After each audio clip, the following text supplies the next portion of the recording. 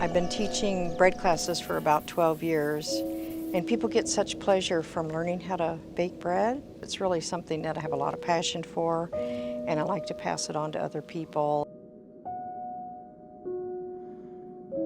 People like to do baguette, of course, and then we might do a brioche, or we might do a rustic loaf.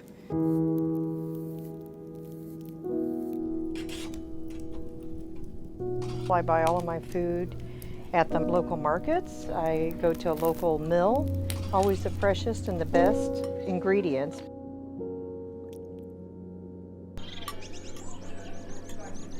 A lot of times people just come with the expectation that they're just going to come there to learn bread, and they do that, but in the meantime they learn a lot of other things about themselves too.